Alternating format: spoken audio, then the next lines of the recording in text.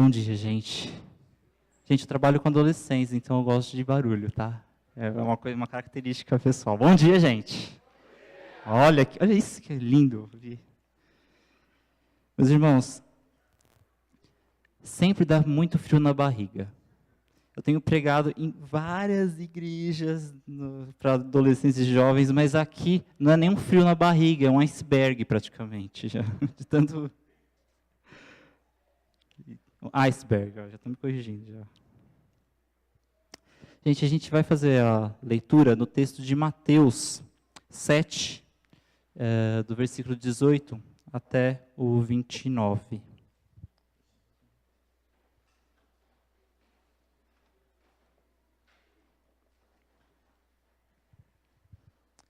Texto de Mateus,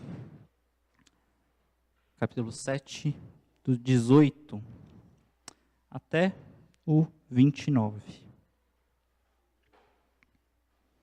Que fala o seguinte: a árvore boa não pode dar frutos ruins, nem as árvores ruins pode dar frutos bons.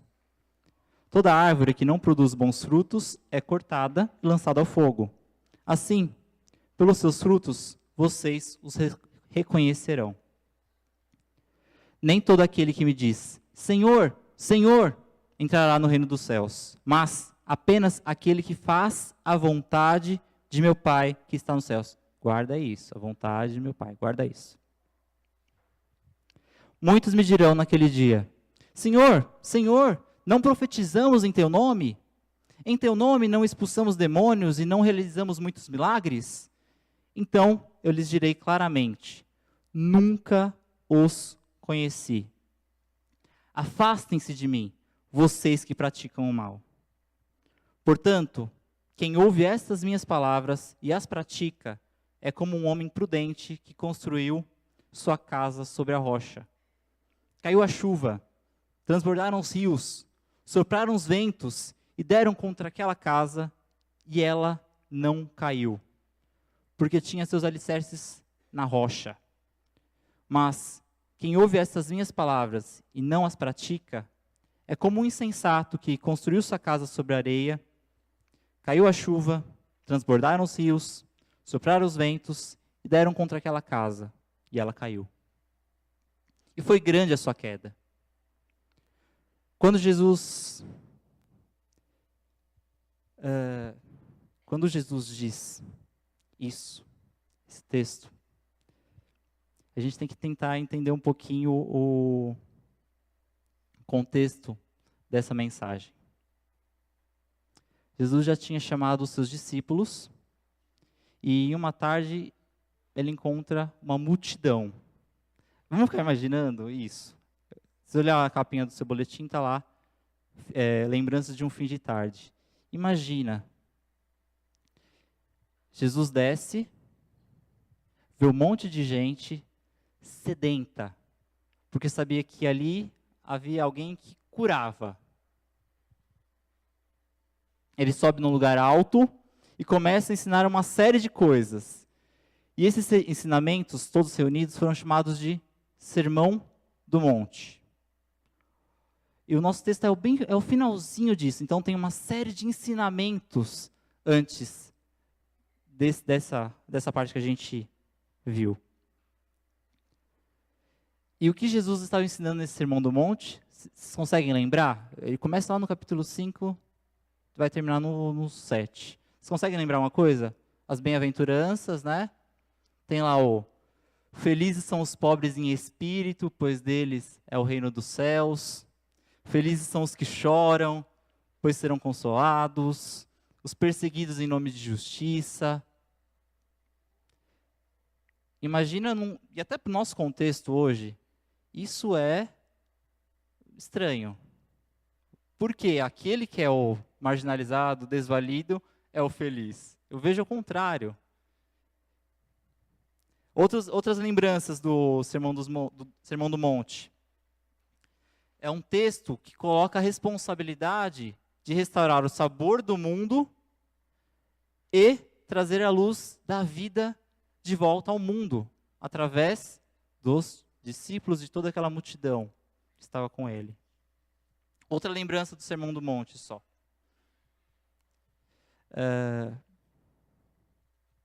A concepção da lei.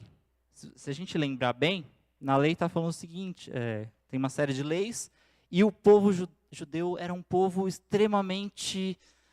eles adoravam mais a lei do que a Deus. Não é isso? Não era isso? Era assim, isso. E aí Jesus fala, olha, eu não vim para abolir a lei, mas para cumpri-la. Só que ele fazia isso de uma forma diferente.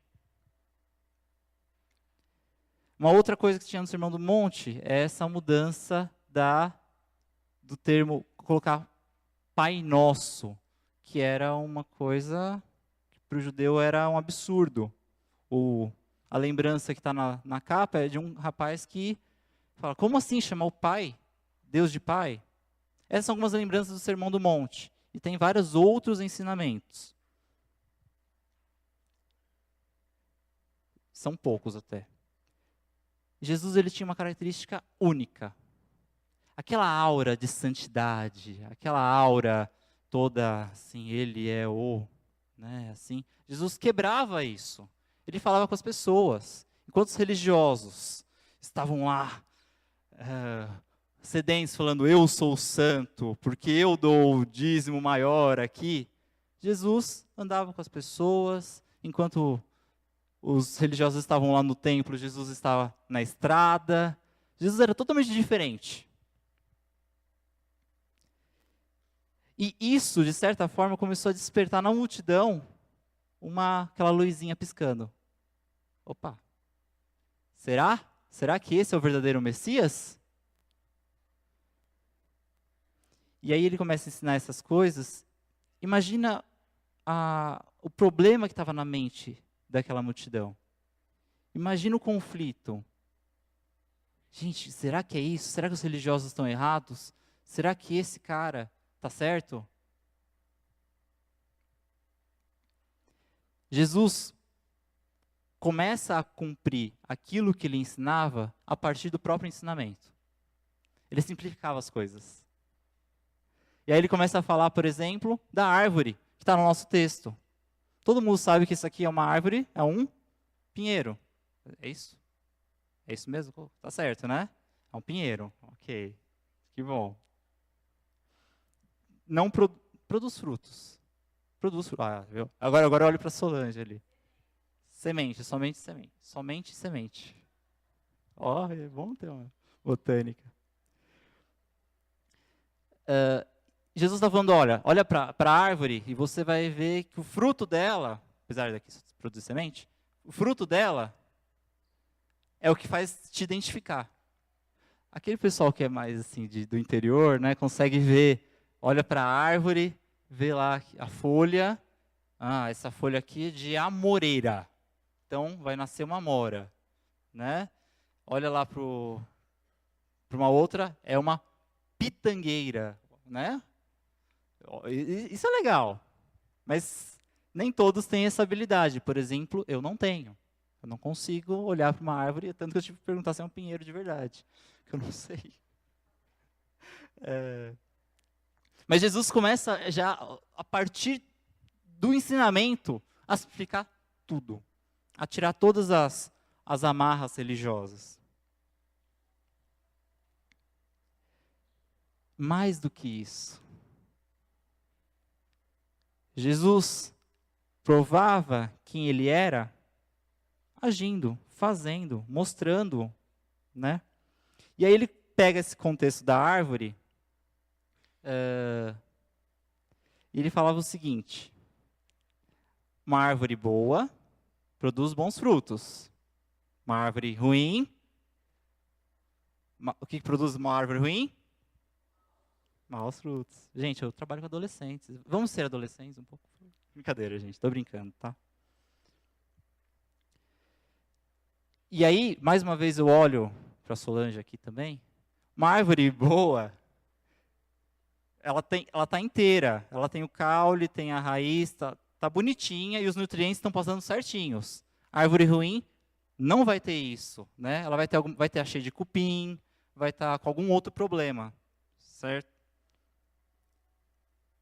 Jesus pega essas questões assim para falar sobre a qualidade também da nossa vida, né?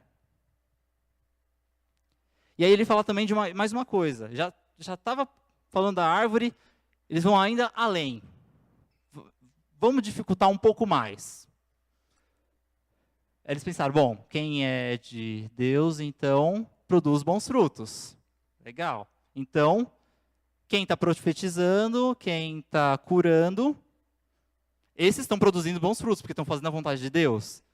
Não, Jesus contraria isso ainda. E fala, olha, para quem está vendo gente falando aí, ó, Senhor, Senhor, eu profetizei no seu nome, eu também não te conheço. Isso quer dizer que não pode curar e não pode profetizar? Não, não é isso, tá? Mas alguns, não só esses frutos externos, mas haviam outros frutos que deveriam ser produzidos. Jesus estava falando o seguinte, a prática é fazer a vontade do meu Pai. E qual é essa vontade do meu Pai?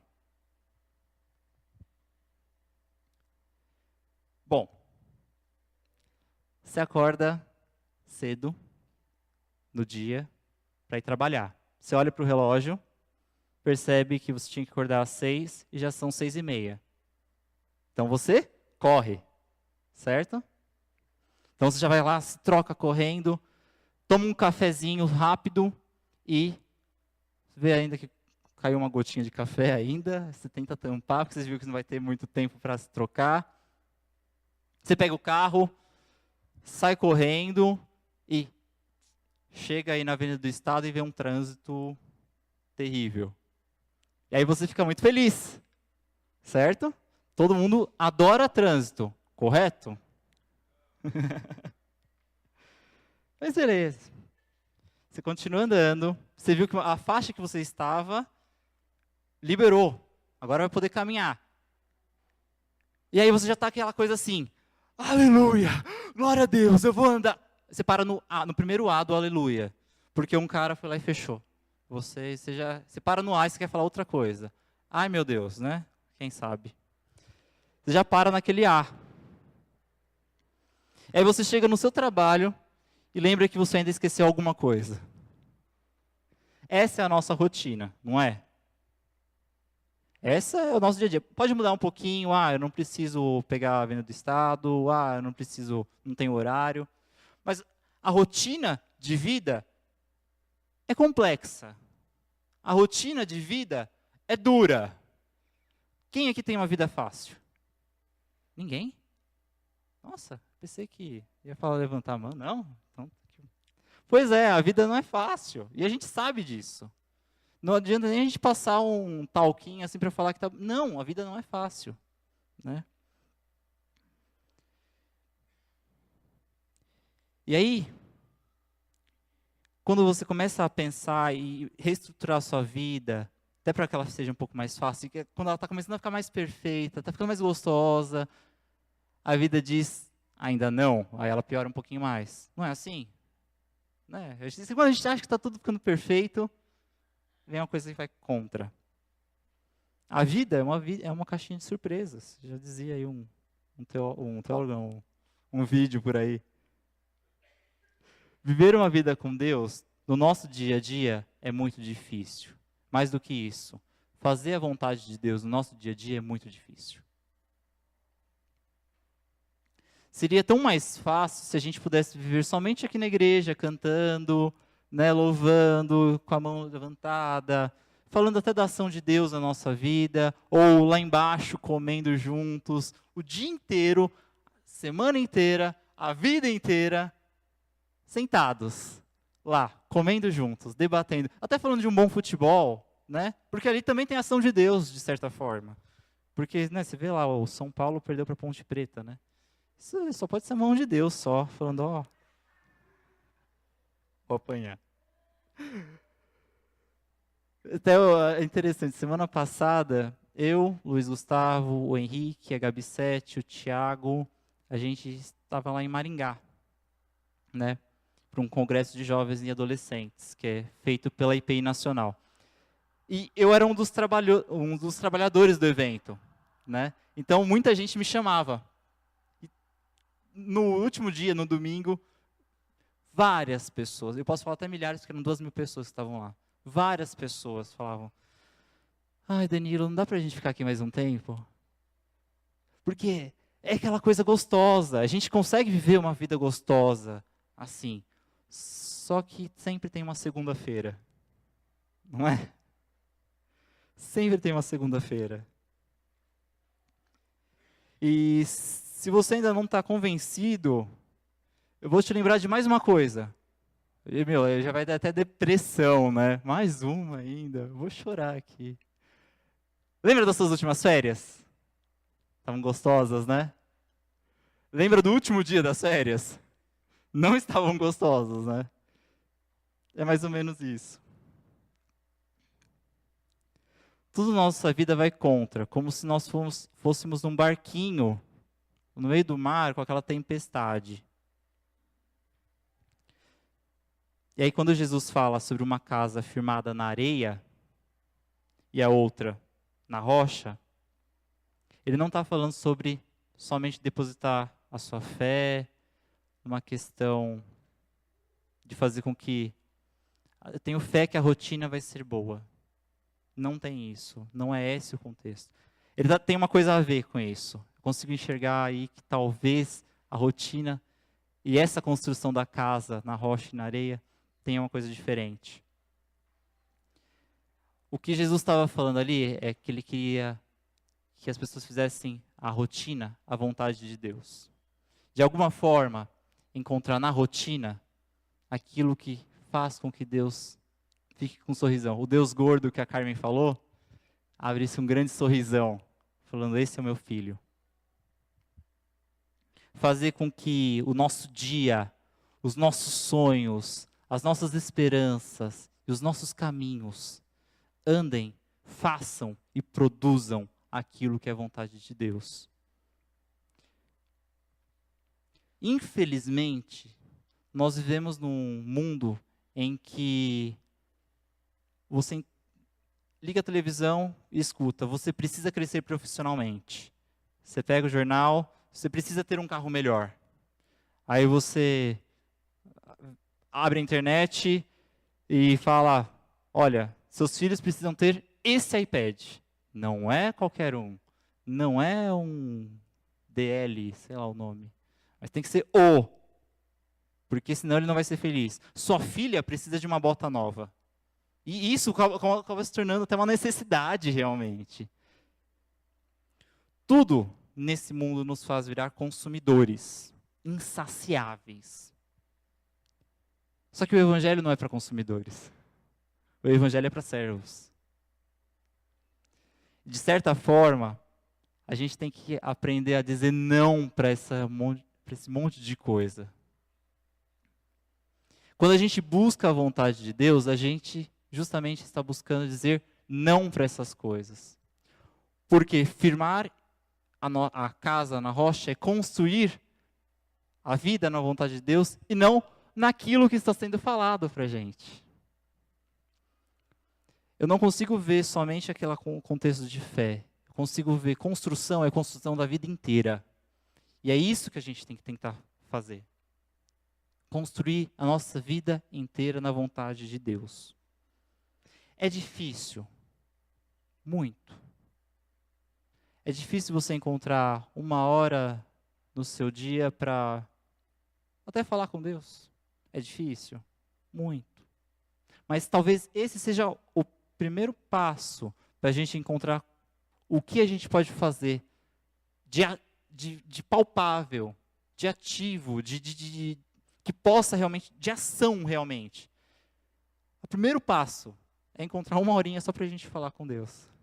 Talvez, e eu falo isso com bastante fé, encontrando essa uma horinha para falar com Deus, Deus vai falar, olha, tá vendo aquela pessoa que trabalha com você?